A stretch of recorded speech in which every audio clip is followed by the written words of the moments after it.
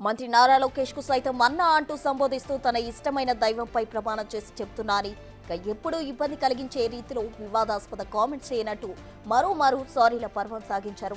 గత వారం రోజులుగా ఆహారం నిద్ర లేకుండా బాధలో కుమిలిపోతున్నట్లు, దానితో పాటు తన కుటుంబ సభ్యులు అనుభవించిన క్షోభ వేల సంవత్సరాలకు సరిపడా అనుభవించినట్లు, ఎప్పటికైనా తమను వదిలేయాలని కోరారు.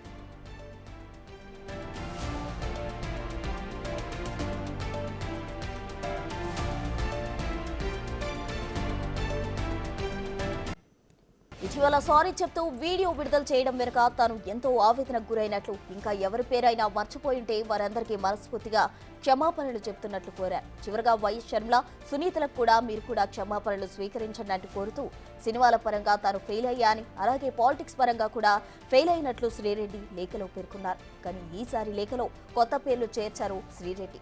CM, deputy CM, home minister షర్మిలతో పాటు రాజకీయ ప్రముఖులు, వారి కుటుంబ సభ్యులతో పాటు సినీ ప్రముఖులు చిరంజీవి, నాగబాబు, మీడియాకు సైతం క్షమాపణ చెప్పారు శ్రీరెడ్డి.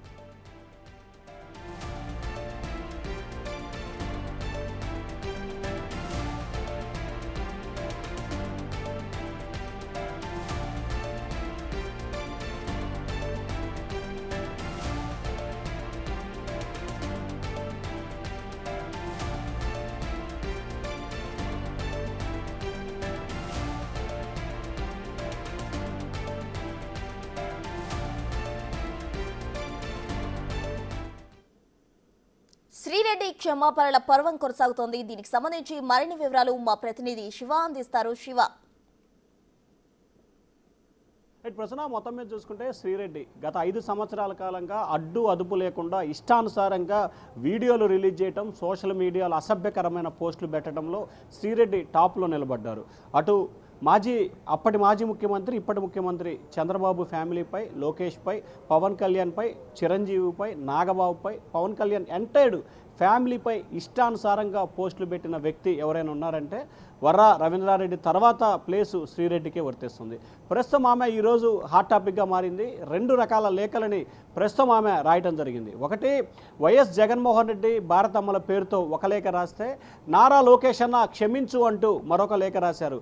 ఆమె రాసిన 2 లేఖలు ప్రస్తుతం ఆంధ్రప్రదేశ్లో పాటు తెలుగు రాష్ట్రాల్లో ఒక హాట్ టాపిక్గా మారిపోయాయి. గతంలో సరిగ్గా 3-4 రోజుల క్రితమే క్షమించండి అని చెప్పి పవన్ కళ్యాణ్ క్షమించండి, చంద్రబాబు క్షమించండి, లోకేష్ క్షమించండి, హోంమంత్రి అనిత క్షమించండి అని చెప్పి ఆమె వీడియో విడుదల చేశారు. అయినప్పటికీ ఆమెపై రాజమండ్రిలో, విజయవాడలో కేసుల పరంపర నమోదు కావడంతో ఒక్కసారి శ్రీరెడ్డి డైలామాలో పడిన పరిస్థితి కనిపించింది. సో ఈ నేపథ్యంలోనే మరొకసారి ఆమె ట్విట్టర్, సోషల్ మీడియా వేదికగా ఇటు వైసీపీ అధినేత జగన్మోహన్ రెడ్డికి, ఇటు విద్యాశాఖ మంత్రి నారా లోకేష్కి, ఇద్దరికి ఎట్ ఏ టైం లేఖలు రాశారు.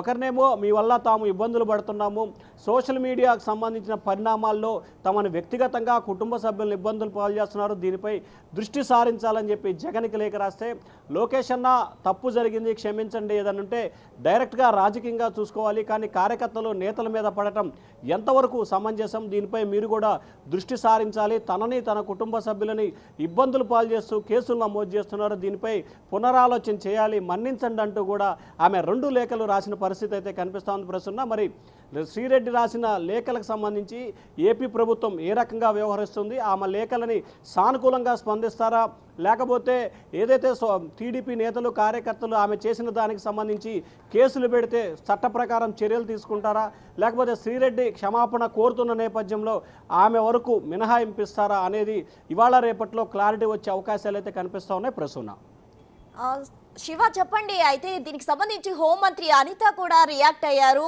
చాలా మందిని ఒకేసారి రేప్ చేసి సింపుల్ గా సారీ చెప్తే సరిపోతుందా అంటూ ఒక చక్కటి ఎగ్జాంపుల్ తో అయితే కన్సిడర్ చేసిన పరిస్థితి కనిపిస్తుంది. మరి ఈ సారీల పర్వాన్ని, ఈ సారీలు కన్సిడర్ చేస్తారు అని ఎంతవరకు అనుకోవచ్చు అంటారు? అంటే ప్రస్తుతం మొత్తం మీద చూసుకుంటే నిన్న హోంమంత్రి అనిత కానీ, అలాగే మండలి chief whip Panchumarthi Anuradha big టీవీతో మాట్లాడుతూ ఆమె కీలకమైన వ్యాఖ్యలు చేశారు.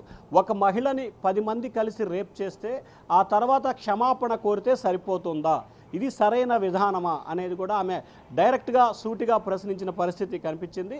ఇక హోంమంత్రి అనిత అయితే ఇష్టానుసారంగా పోస్టులు పెట్టడం, ఇష్టానుసారంగా మాట్లాడటం, ఆ తర్వాత ఫైనల్గా సారీ అంటే సరిపోతుందా అని చెప్పి ఆమె తీవ్రస్థాయిలో కూడా ఆగ్రహం వ్యక్తం చేశారు. సో సోషల్ మీడియా వ్యవహారానికి సంబంధించి గత వారం 10 రోజులుగా ఎవరు మన్నించమని కోరినా, ఎవరు క్షమాపించబెట్టని కోరినా, ఎవరు లేఖలు రాసినా ప్రభుత్వం మాత్రం ఒకే రకమైన స్టాండ్ను అవలంబిస్తుంది. సోషల్ మీడియాలో ఇష్టానుసారంగా పోస్టులు పెట్టి ఇష్టానుసారంగా వ్యవహరిస్తే మాత్రం కఠినంగా వ్యవహరించాలనేది ప్రభుత్వ పాలసీగా కనిపిస్తోంది.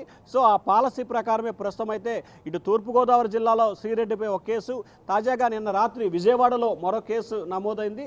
సో ఓవరాల్గా ఇంకా ఆమెపై కేసుల పరంపర అయితే కొనసాగే అవకాశం అయితే కనిపిస్తూ ఉంది.